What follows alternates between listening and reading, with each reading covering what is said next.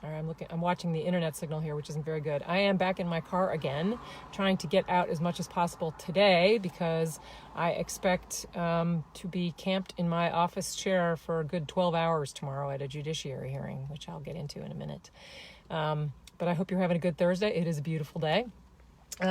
So I wanted today to just talk about special session because there's been a little news there, and it is coming up next week. We expect to be in session next Thursday, July 23rd.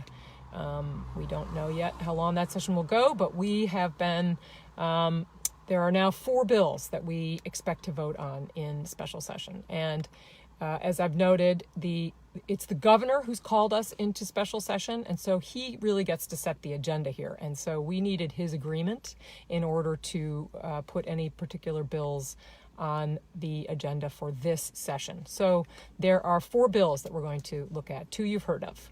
One is the police reform bill, and I've detailed, some have said exhaustively in other newsletters, and we will have a long hearing tomorrow. I have been having lots of conversations with community activists, with our local state troopers, with police chiefs about this bill.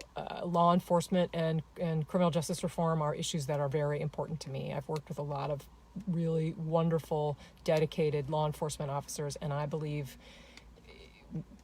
keeping the integrity of the people who are doing the really good work is a big piece of this. And I think that's done through making sure that everyone knows what the standards are and adheres to them. And those that don't get asked to do something else in their life or held accountable for that. So that's the first bill. That we will have a big hearing on that tomorrow.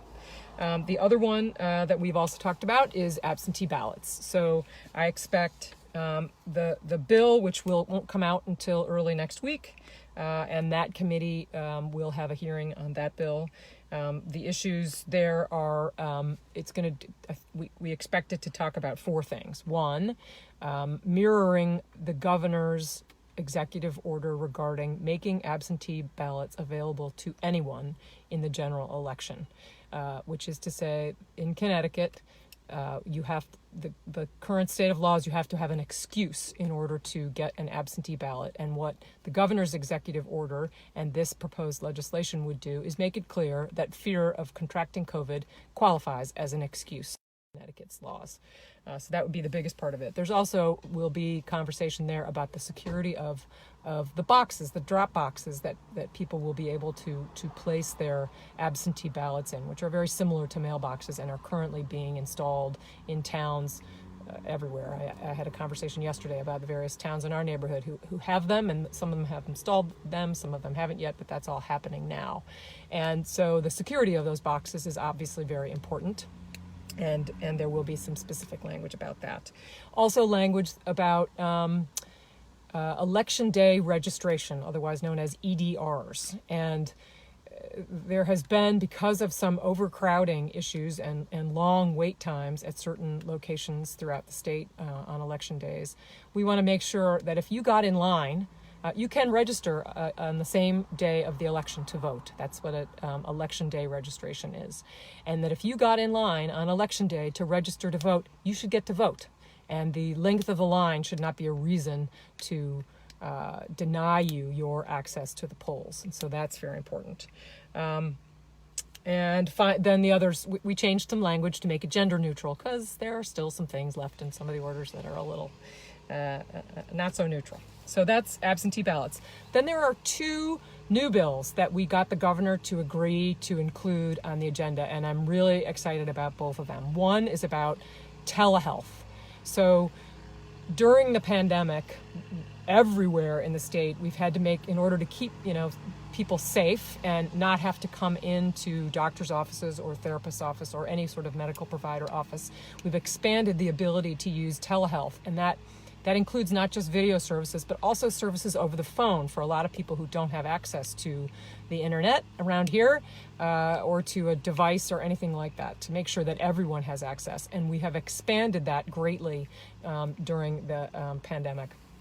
And that has made healthcare more available to people, and it has been unequivocally a good thing. And so the bill that we're looking at would do expand who is permitted to make use of telehealth, and this is again for insurance reimbursement purposes, to make it clear that we've already expanded it to a very medical providers, and now we're going to expand it. We hope to expand it to a wider variety of behavioral health providers and therapists and veterinarians and dentists. I've actually heard several accounts recently of really successful, dental consults done over the phone or over video, believe it or not. So that's a really important thing that we would hope to make a permanent change. And then the fourth is an insulin bill. And this is a bill I have been advocating for as soon as I first heard of it, and have been standing up and talking about it a lot because I think it's really important. And I've had a lot of conversations with people in the district who need insulin for their health care.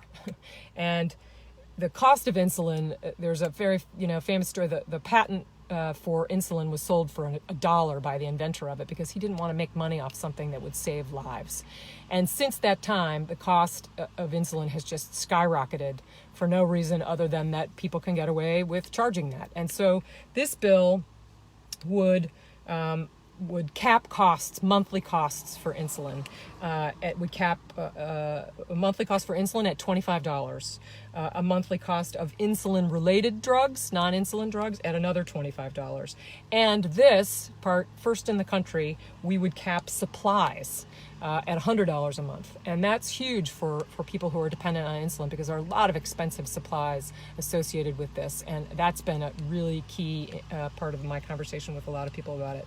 And so that would cap, your costs at $150 a month. And, that's no small sum of money. That's still significant cost. But for context, the average monthly cost for someone who needs insulin has been, in 2016, was $5,700. And that's almost double what it was 4 years before. And there are no reasons for that other than pure profiteering. So this is a really important bill, and I think maybe a model for some other things that we can do on prescription drugs in the future, I hope. There are two other important provisions of this bill that I also wanted to highlight. One, that it would make emergency insulin available. This is modeled after an Ohio law. Because sometimes there are technical reasons why you go in to pick up your prescription. Maybe it's expired.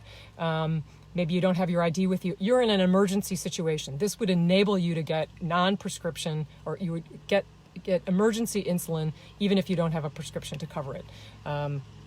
That's a really important thing, because there are some really bad stories of people who've been in extreme need and not been able to get a prescription, and this enables pharmacists to help them out.